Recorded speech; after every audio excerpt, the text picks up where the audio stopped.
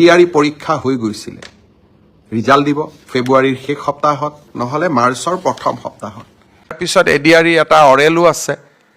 এটা পোষ্টৰ বিপৰীতে দুজন পাছ কৰিব গতিকে তাৰ পিছত তেওঁলোকৰ এটা মৌখিক পৰীক্ষাও আছে স্কিলো আছে গতিকে গোটেই প্ৰক্ৰিয়াটো কৰোতে আমি 10 মেলৈকে লৈ যাব খুজিছো যাতে 10 মেত গভৰ্ণমেণ্টৰ চতুৰ্থ বছৰ হওঁতে আমি 30-35 হাজাৰ আৰু চাকৰি দিব পাৰো আৰু প্ৰতিশ্ৰুতি মতে আৰু 15,000 পদ আমি তেতিয়া বিজ্ঞাপনো মুকলি কৰি দিম এটা এডিআৰই পৰীক্ষাৰ ফলাফল দিম আৰু লগে লগে নতুন পদৰো আমি বিজ্ঞাপন মুকলি কৰি দিম 13টা বছৰে শিক্ষক নিযুক্তিৰ প্ৰক্ৰিয়াক আমি সম্পূৰ্ণ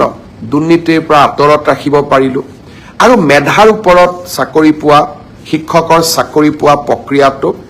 আমি ইনষ্টিটিউচনেলাইজ অৰ্থাৎ স্থায়ী কৰিব পাৰিলো যোৱা 3টা বছৰত লোকসেৱা আয়োগৰ পৰীক্ষাকো আমি এক নিৰ্মল গংগালৈ ৰূপান্তৰ কৰিলো আৰু এইবাৰৰ এডিআৰই পৰীক্ষাক যদি আমি নিকা আৰু সম্পূৰ্ণ শুদ্ধ স্বচ্ছতাৰে কৰিব পাৰো তৃতীয় আৰু চতুৰ্থ শ্ৰেণীৰ নিযুক্তিও এক নিৰ্মল গংগাত পৰিণত হ'ব